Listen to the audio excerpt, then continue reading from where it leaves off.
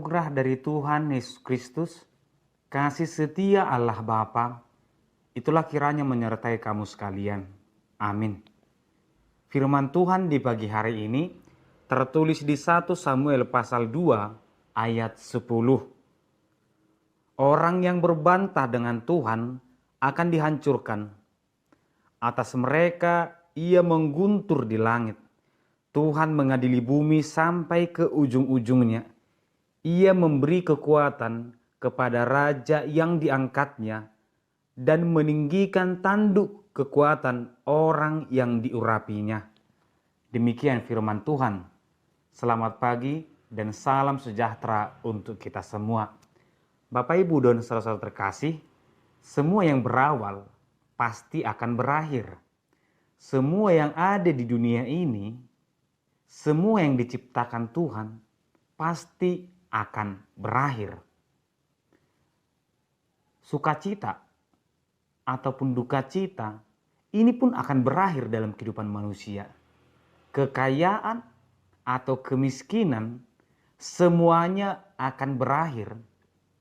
Namun kita menginginkan agar semuanya ini memiliki akhir yang baik, berjalan dengan baik pada akhirnya. Namun kenyataannya, kita memang mengharapkan agar manusia yang hidup dengan duka citanya berakhir dengan sukacita. Orang yang hidup dengan kemiskinan berharap kemiskinannya berakhir dalam senyuman atau kekayaan. Orang yang melakukan kejahatannya berakhir menjadi pengabdian atau penuh dengan kebaikan. Namun kenyataan yang kita lihat memang ada yang seperti itu. Duka cita berakhir menjadi sukacita. Tetapi bisa juga terjadi duka cita tetap berakhir dalam duka cita. Kebaikan berakhir dalam kebaikan. Tetapi bisa juga terjadi kebaikan malah berakhir dalam kejahatan. Dan kejahatan tetap sebagai kejahatan pada akhirnya.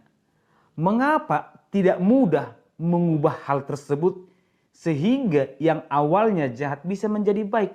Mengapa tidak mudah mengubah seseorang yang memang pada awalnya perjalanan hidupnya memang jauh dari Tuhan sehingga dia menjadi dekat? Mengapa begitu sulit? Jemaat yang dikasihi Tuhan, firman Tuhan di pagi hari ini tentang dua perjalanan atau proses yang sama-sama akan berakhir, tetapi mereka memiliki akhir yang berbeda. Yang pertama dikatakan di sini adalah tentang orang-orang yang berbantah dengan Tuhan, tentang orang-orang yang tidak sejalan dengan kebenaran firman Tuhan, dan mereka yang dipilih dan diurapi Tuhan. Semuanya ini akan berakhir. Tetapi mengapa kedua hal ini seakan-akan sulit untuk disatukan? Karena memang kejahatan itu pun memiliki kekuatan tersendiri. Kebaikan itu dan kebenaran itu pun memiliki kekuatan tersendiri.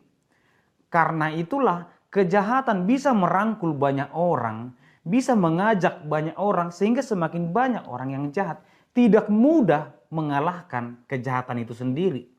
Tetapi kebaikan dan ketulusan pun memiliki kekuatannya tersendiri. Sehingga tidak mudah menghancurkan iman seseorang yang tulus. Mungkin manusia bisa mengambil kekayaannya, mengambil kekuatannya, mengambil nyawanya, tetapi manusia tidak akan bisa mengambil imannya. Itulah kekuatan daripada iman atau kebaikan itu. Tetapi firman Tuhan mengingatkan kita, manusia yang masih hidup, yang sebenarnya kita tahu bahwa kejahatan itu akan berakhir pada hukuman. Kita tahu bahwa iman itu akan berakhir pada sukacita. Demikianlah firman Tuhan dalam kitab Samuel mengingatkan semua akan dihukum Tuhan, akan diadili Tuhan. Orang akan menerima upahnya.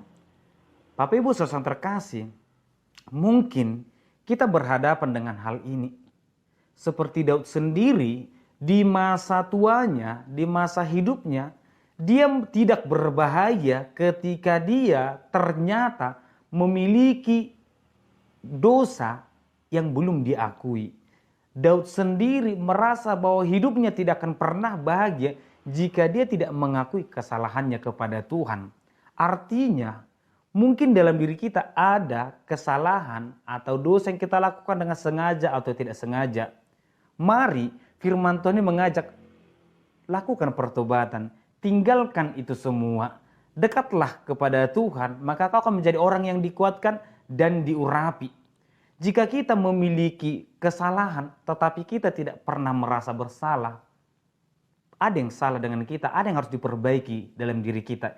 Jika kita melakukan kesalahan, tetapi kita merasa tidak nyaman dengan kesalahan itu, percayalah Tuhan sedang menyapa kita melalui firman-Nya, melalui orang-orang yang ada di sekitar kita. Melalui firman Tuhan di pagi hari ini, hidup memang harus berjalan bersama Tuhan. Oleh karena itu, jika proses perjalanan kita tidak sesuai dengan kehendak Tuhan, mari datang kepadanya, tinggalkan kehidupan yang lama, bertobatlah, akuilah kesalahan, hiduplah dengan benar. Maka percayalah semua akan berakhir dengan baik dan damai. Amin. Kita berdoa. Terima kasih Tuhan, kami mendengarkan firman di pagi hari ini. Engkau memberkati kami Tuhan, menyapa kami, agar kiranya Tuhan, semua yang berjalan dalam kehidupan kami Tuhan berakhir dengan baik, berakhir bersamamu Tuhan. Berkati kami, dalam nama Yesus Kristus kami berdoa. Amin.